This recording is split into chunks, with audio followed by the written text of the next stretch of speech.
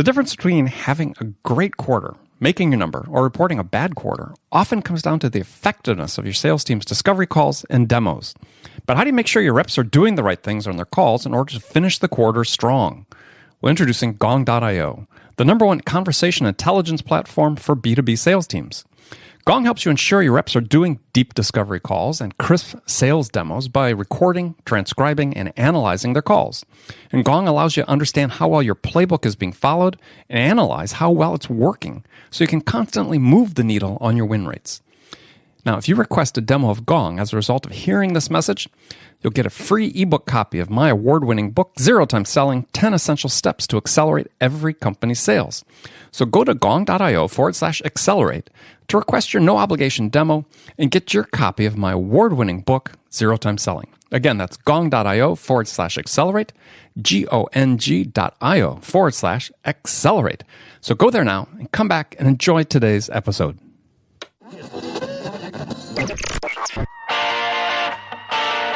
It's time to accelerate. Hey friends, this is Andy. Welcome to episode 584 of Accelerate, the sales podcast of record. Joining me on the show today is Kevin Kruse. Actually, Kevin's coming back for a second visit.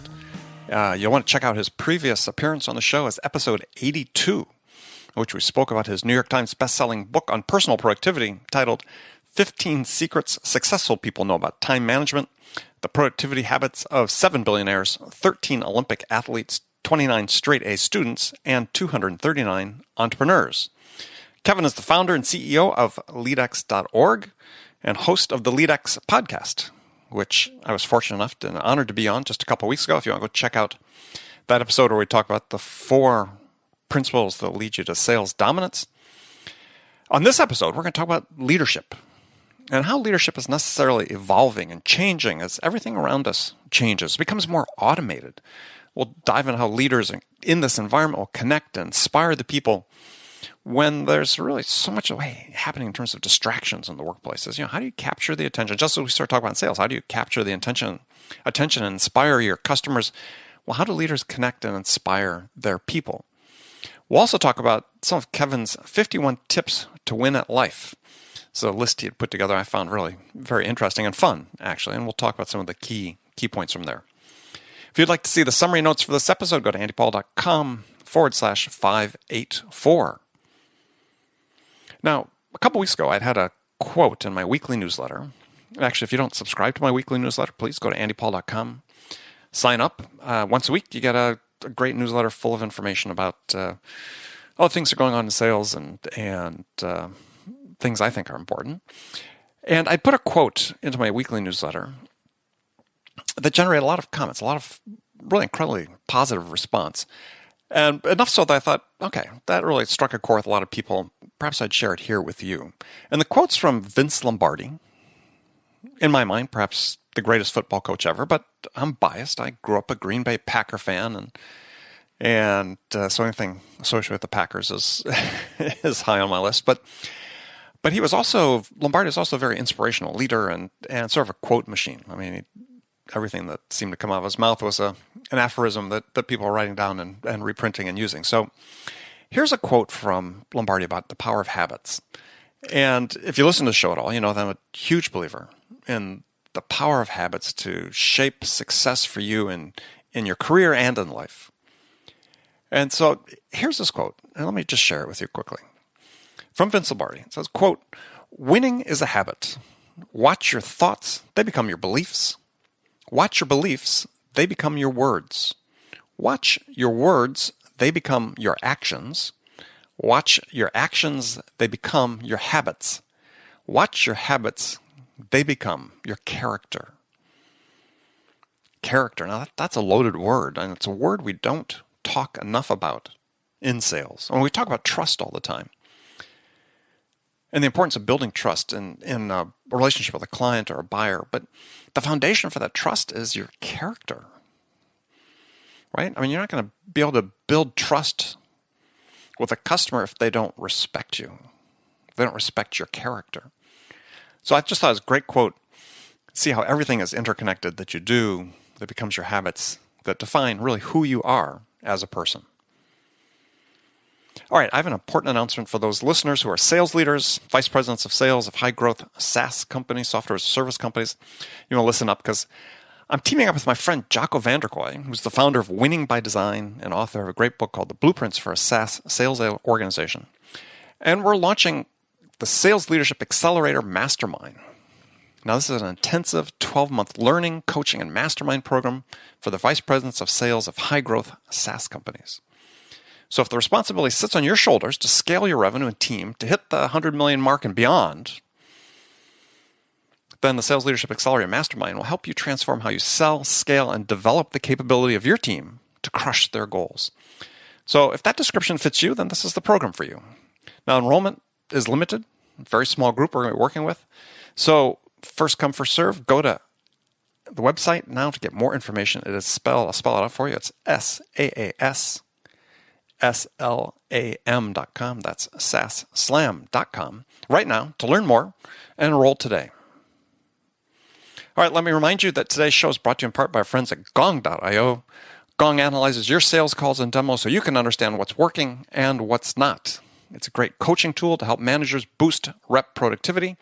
Check it out at gong.io/accelerate. If you do that today, you get a free PDF copy of my award-winning book, Zero Time Selling. So that's gong.io/accelerate. Okay, here we go. Let's jump into it. Kevin Kruse, welcome to Accelerate. Great to be back. Yeah, your second appearance on it. And so I've got a standard question I ask everybody to start off the show, and this is, in your mind, in your opinion, in your experience, what's the single biggest challenge facing sales organizations today? Well, I think I'm guessing you probably hear this from a lot. I mean, I think the biggest problem is just getting through all of the noise and getting through onto people's schedules. I think we're in that double whammy where, I started, making 50 to 100 calls a day 30 years ago, starting, my first business. And it wasn't easy then. It's never easy to cold call, to prospect, to break through to, right. An enterprise decision maker. But you always knew the numbers worked. And, whether it was 100 calls to get, 10 pickups and 10 pickups to get one meeting, whatever the math was, you knew what it was. And I just think it's tremendously harder now. I mean, we're in an age where people aren't answering their phone. And then for a while, you could at least get through on email. A lot of people aren't getting through email, or they're more, things are getting stuck, in spam filters. For a while, it was social media, but now everybody's pounding everybody with social media. It's just very difficult to get through. And I think that when you do get through, people are just so time starved unless they've got a major problem that you can help them with in the short term. It's hard for them to work on their medium and long-term things. It's hard to get their attention to say, hey, things are going well for you, but they could be going great. And for a lot of people, going well is good enough. Well, so now there's this, I don't say pushback, but sort of a pushback against this whole concept of good enough, right? I mean, Subir Chowdhury's book and others talking about, time to step it up, that we're sort of accepting mediocrity. And once we do that, it just becomes endemic. Well, yeah, absolutely. And I mean, I think it's on the side of the buyers and the organizations that this has gotten to this point. It's a problem. They are not making time for innovation. They're not making time to get to excellent. But from a sales professional standpoint, I think the reality, unfortunately, is it is just harder than ever before. I think that you still have to provide tremendous value. I think if you are an expert, if you are educating, it gives you a leg up. But even then, it's, again, 5 years ago, pretty easy to break through with a solid webinar. Now, people are getting 10, 20 webinar offers a day, as they're not very novel. So I think it's just getting, more and more challenging to break through. But I'm curious, Andy, we haven't spoken about this before the show. Sure. On your own thoughts, what do you see as you're out there really with more organizations than I am on this topic? What are you seeing? Well, I mean, I don't know that I necessarily agree that it's harder. I think it's just hard. I wrote about this recently as, that sales is neither harder nor easier than it was before. It's just hard. And, I don't think anybody ever would. I mean, I I was like you. I started out making 30, 40, 50 cold calls a day on businesses in person, not over the phone. That had its own unique set of challenges. Was it harder or easier than today? Yeah, it's just hard, right? People didn't answer the phone when we called back several decades ago. They didn't pick up the phone either. They had secretaries, right? I mean, I had secretaries that would say they'd pass the message, but never did, right? At least email doesn't make a decision whether or not to at least not yet. It's not smart enough to make a decision whether it wants to leave the message or not, right? So I think it's still just hard. And I think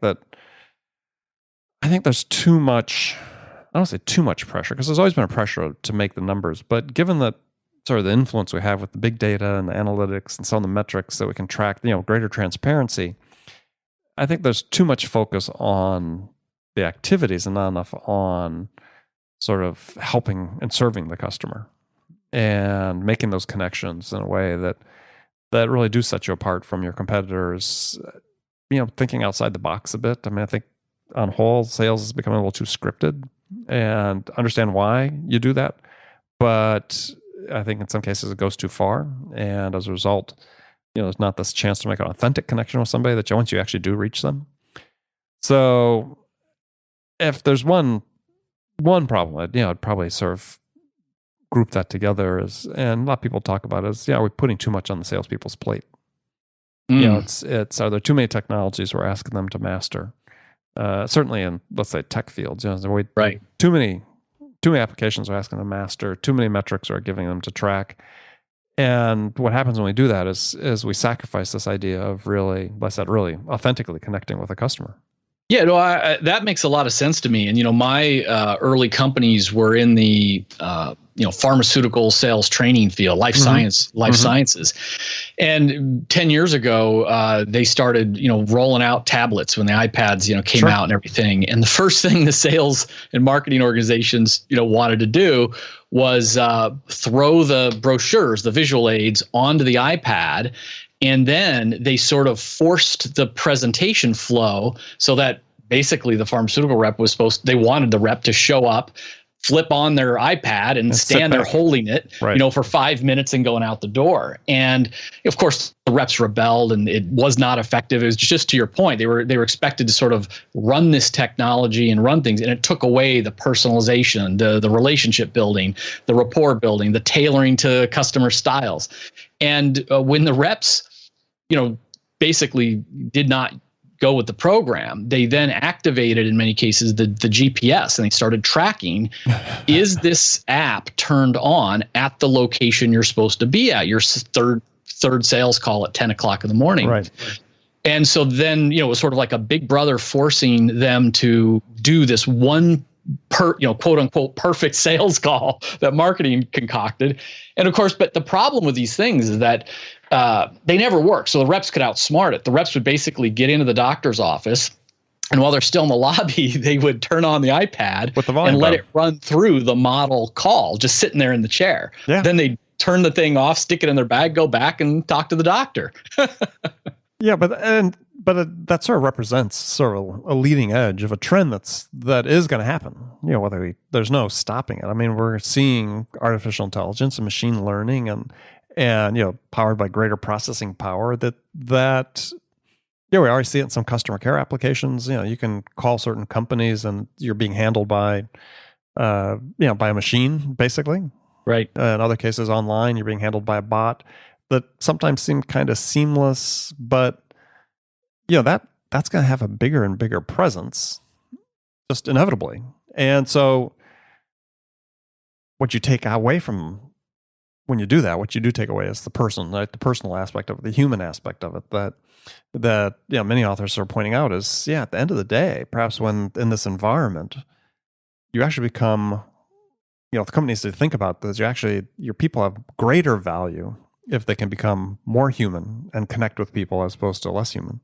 Absolutely. I mean, it's our only edge left. But I do fear, it's something I talk about, on my own show, my own audience, is it's not something I fear personally, but that, the robots are coming, the AI inspired computers and chatbots and everything are coming. And I don't believe that they're going to eliminate all jobs, but I do think they're going to eliminate 80% of most jobs. And, to your point, will they eliminate all customer service reps, all call center, personnel? Will they eliminate all sales professionals? No, I don't think so. But I think that as the AI gets smarter and more effective, starting with transactional sales processes and then moving up from there, I think a lot of reps would be at risk. And the ones who will survive are the ones who can connect on an emotional level, who can be creative, who can, find ways to penetrate that account that nobody else can. So I just think it's a wake-up call or a reminder, really, for all of us to, be lifelong learners, to continue to invest in our own, careers and our soft skills, which I like to call power skills, to lead ourselves every day, to get a little bit better, because we'll be the ones that, keep our jobs as the bottom 80%, I think, will, get replaced over the next 10, 20, 30 years. Yeah. I mean, and that's, the scale is an interesting question to talk about, right? Because I don't know that I necessarily believe it'll be that great a percentage, but clearly it will be some percentage. I mean, we're horrible at predicting the future, right? But absolutely. But Jeff Colvin in his book Humans Are Underrated, gives an example of, gosh, I think it was just in 2013, like all these respected scientists came out and said, no way autonomous cars will ever work. Right? Too many variables at play, they can't be controlled, Yet, here we are a few years later, there's, test models been driven hundreds of thousands of miles on them, and it's clearly going to happen. Clearly going to happen. Right. And so even in, our ability to predict are imperfect, but I think the prediction about, again, as Colvin uses the term, to become more intensely human, is that is actually a prediction that's really true. Is, if you want to carve out a niche for yourself, whether it's in sales or whatever profession that you have, is the ability to connect with another human on a meaningful level and inspire them to take an action is going to be essential. Yeah, and I'm glad you put that point in, to connect with them and to inspire them to take action, because that's obviously, critical, especially in sales. Well, I think on lots of things, right? Right. But I think that it raises this whole question about, well, we're going to get into this topic talking about leadership, because it's one of the things that you focus on with your show and your writing is what is the impact on leadership of these same trends? If we're replacing 80% of the employees, let's say, with automation, with machines, with robots, if that's the case, what does that mean for leadership? Well, I think that, there's, when there are managers of people, I think they really are wearing two hats. They're managing a job function. They're responsible for some output of that business unit. And then, with their leadership hat on, and this is usually the one people forget to wear, but, they're supposed to be leaders of people, not just the managers of tasks, not just managers of output. So I think, today organizations are vastly under-led as it is. I think that as we have fewer people in the jobs, you'll need fewer leaders. I don't know that, again, because of the human part, I think that managers will be able to manage bigger and bigger chunks of a business as things get automated, by watching metrics and managing. But I think, the ideal ratio of 8 to 12 humans per each human leader is a good ratio. And I wish every business card out there that had the word manager on it, I wish that word manager was replaced with coach, because I think that would be more clear, would more clearly describe what we need from our leaders, from our managers. We need them to be coaches. We need them, to coach us into, a better career path, a bright career path, coach us into all the things we need to get better at, what coaches do in sports. But a lot of times I think, that gets, in most cases, I think managers are managing the output and not leading their people. I think that I think it will be easier, and this is I can't talk about all of it, but some of the research that we're doing here at Leadx is around using AI to augment and to provide the just-in-time support and training to managers. The corporate training function is always been dramatically broken, and I've made a lot of money from that function. And yet I'm the first to say that 90+% of what someone learns in a one-day workshop, or God forbid a 5-day workshop, they completely forget and or never apply back at work. Most e-learning programs are horrible. So the traditional way we've been training managers how to lead people, either they receive no training at all, it's poor quality training, or even the best training doesn't apply. And I think these trends you're talking about, if you imagine everybody has an Amazon Alexa type device on their desk, or at least, their phone on their hip that's always listening, then we can ask people, hey, I need to I need to interview Andy in an hour. Remind me of those illegal questions I'm not allowed to answer, or give me 5 questions I should ask, or summarize his resume for me in the next 60 seconds. I think there's going to be ways that AI can really support managers right at their time of performance in a lot of ways.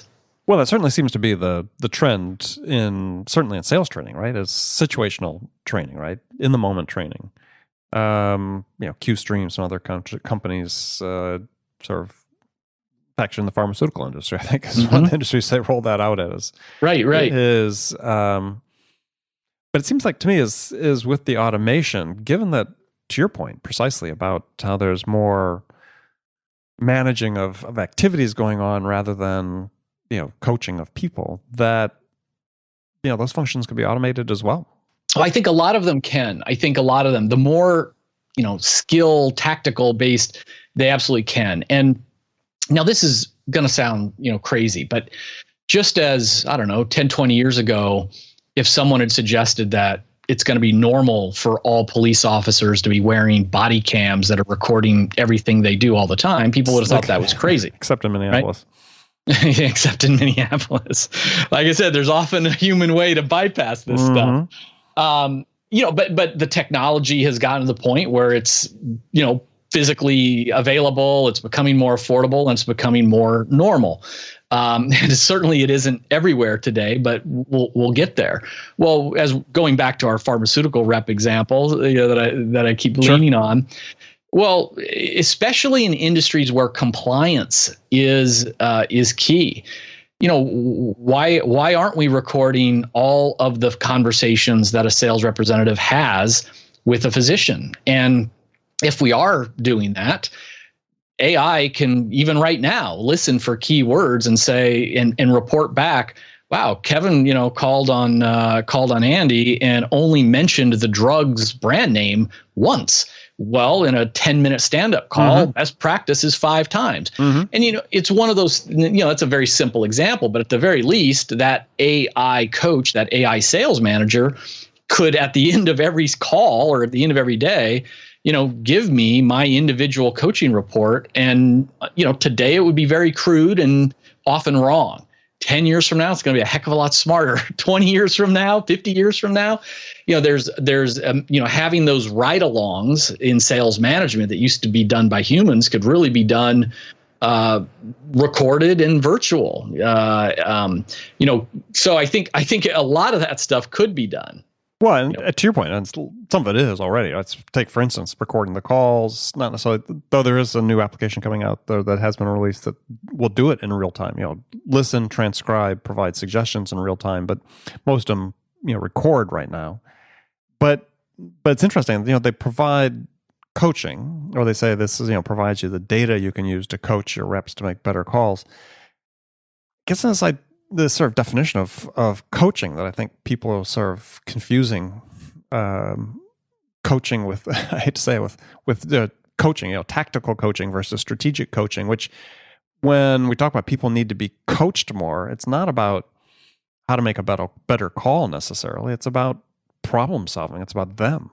Yes. And I see this sort of, unfortunately, sort of bastardization of the word taking place. I think managers are gravitating to. It's like, if I just have to, look at the analytics put out by our system that analyze the phone calls, I'll coach them how to make a better call. Oh, I did my coaching. Right.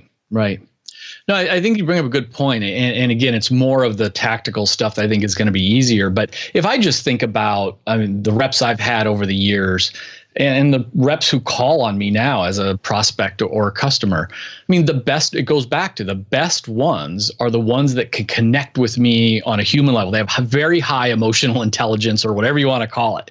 And that's the kind of stuff that is harder to coach someone on, and I don't know. I don't know if a computer will be able to get to that level or not, but how to tell someone, hey, we just went out to that business lunch and here's 2 things that you should keep in mind if you're eating with a client, and I don't know, maybe a computer would say, hey, you ordered a salad and that tends to get stuck in your teeth. So you might not want to do that, but there's more subtle things than that I don't know that I'd ever be able to do. Well, but I also think about coaching more in the context of I don't know if you read The Coaching Habit by Michael Bungastanier. To me, I just spoke to him a couple of weeks ago. Yeah, to me, the single best book written about coaching. And there's a framework based on 7 questions that you ask. The manager asks just questions, right? As opposed to saying, try this, try that, which is right now what people think coaching is, which is really not. For trying to develop individuals, especially to exist in this world that survive and thrive in the world where their people skills are going to be tested. They need more of the strategic coaching, the person oriented. Yes, no, I absolutely agree, and that's where when you get into one of the topics I care a lot about of employee engagement. That's, it is, you call it strategic or whatever. That's what the leaders need to be doing, is having these conversations around, hey, it's been 6 months. Let's have a cup of coffee. What's your career path? Where do you want to be, Andy, in 3 years, 5 years? Can you still get there, do you think, in this organization? Why or why not? Mm-hmm. Who do you need to know? What developmental areas do we need to strengthen? That's a growth button. Recognition, providing...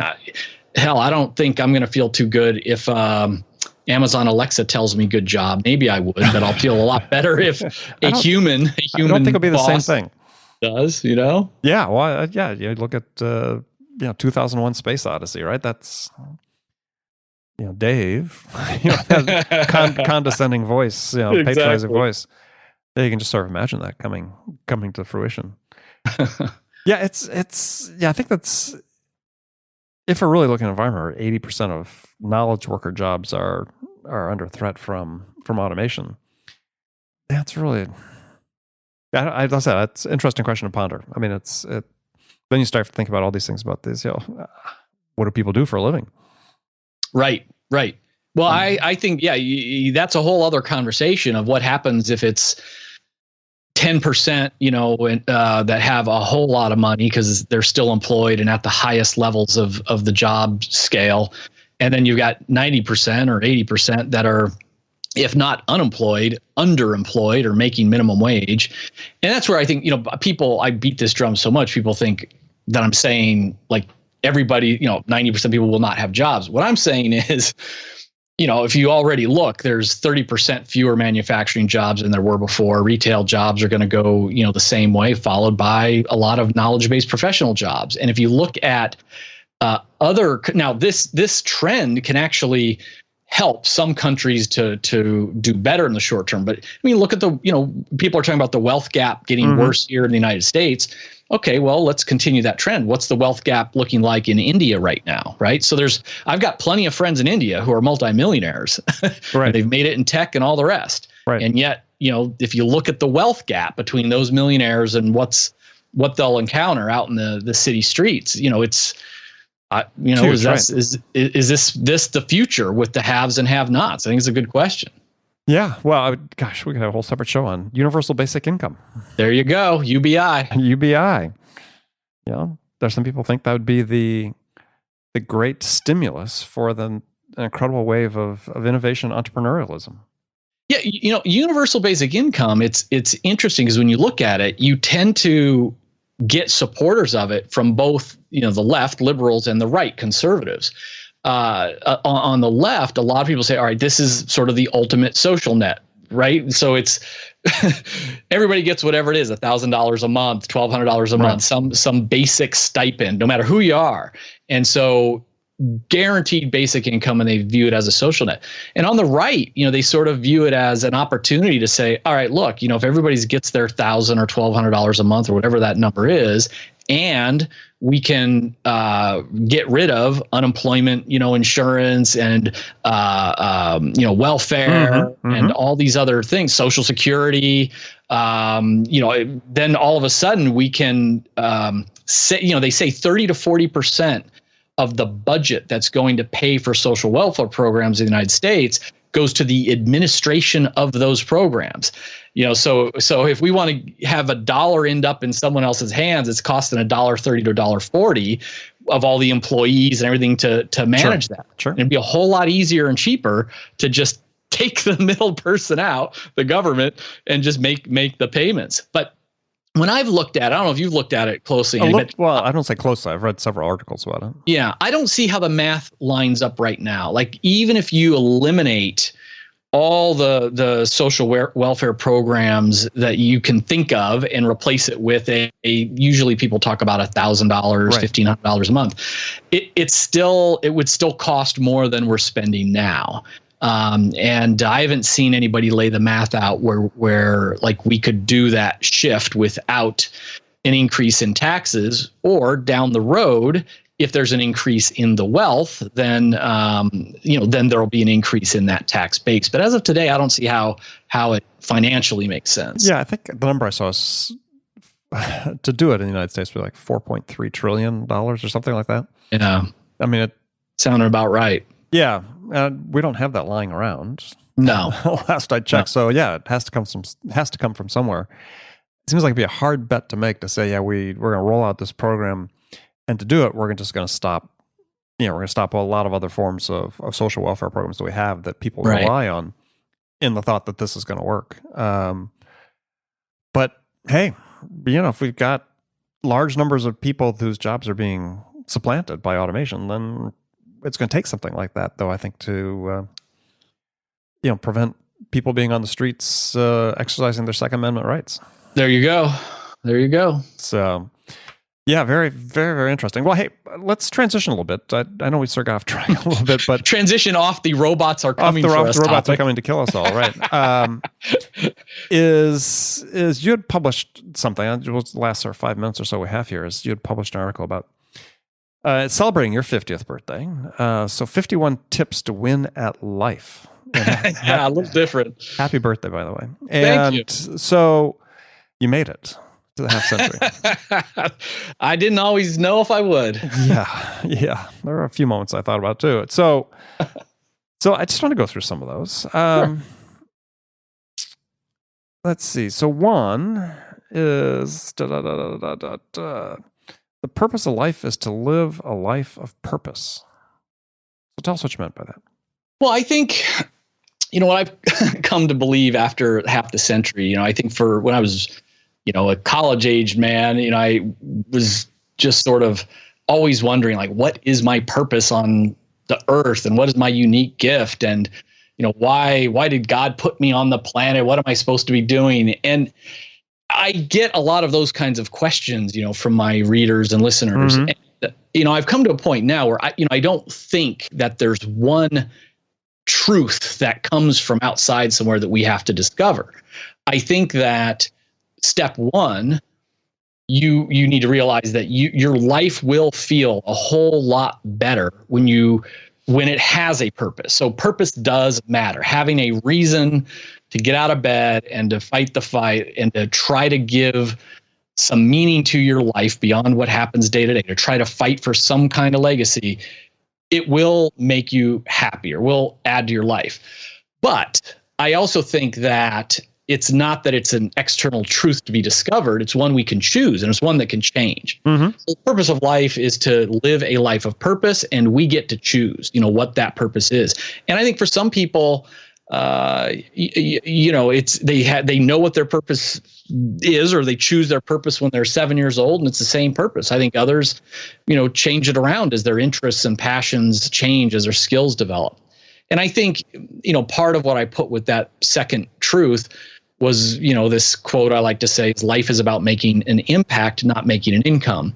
And again, especially I think, sales professionals, entrepreneurs, and this is where I started out, when I started my businesses in my early 20s, if someone asked me what my goal was, it was to be independently wealthy by age 30. And I had a specific number and I broke it down and I did all those things and it worked, but it was not the right goal because I think, again, living for some numeric number or for the Ferrari or whatever your monetary, type goal is, you'll find it's a bit shallow. Mm-hmm. I know a lot of people who've made a lot of money and have a lot of toys, but they've blown up their marriage or they've blown up their relationship with their kids, or they're just very lonely, or they drop dead of a heart attack at age 30 or 40.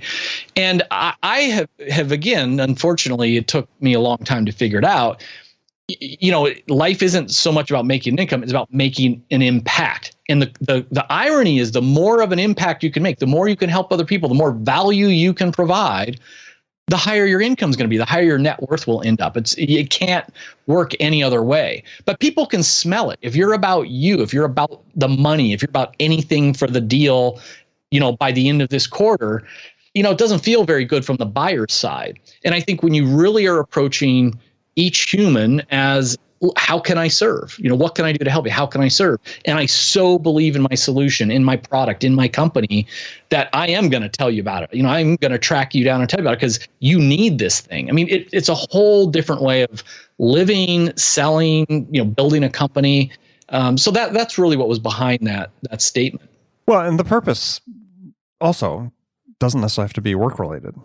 And so I think for a lot of people, and to the point is, they still will be more successful in the long run if there's something outside of themselves too, not just the customer, but that they're trying to have a purpose to serve. Yeah, absolutely. Absolutely. So whether it's a charity, whether it's church, whether it's, some activity that you get involved with, mentoring someone, helping someone else, is, doing something outside of yourself really is very powerful. And I think frees you up in ways you don't really anticipate to succeed at work. That's right. That's right. All right. So actually, we sort of run out of time. I was going to run through more of these, but I urge people to go to your blog and read the article because even the first 10, a lot of, you didn't get. I mean, I got through all 51, but the first 10 were enough to keep you occupied for a while.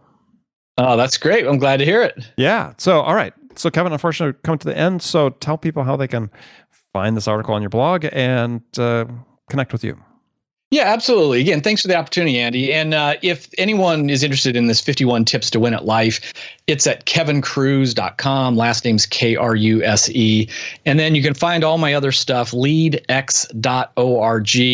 Tons of free training and information all around leadership, career advice every single day. Yeah, and you have a podcast as well, right? I do. The Leadx show is a daily podcast as well. Thanks, Andy. Yeah, don't want you to forget that. So, Kevin, thank you very much for coming on the show again. Thanks. We'll have you again. And friends, thank you for spending this time with us. Make sure you come back. Join me again tomorrow for another great episode of Accelerate. Until then, if you get a chance, really appreciate it. You go to iTunes, subscribe, leave a review. We want to hear back from you, what we can do to make this a even better, more valuable investment of your time. So thanks again for joining me. Until next time, this is Andy Paul. Good selling, everyone.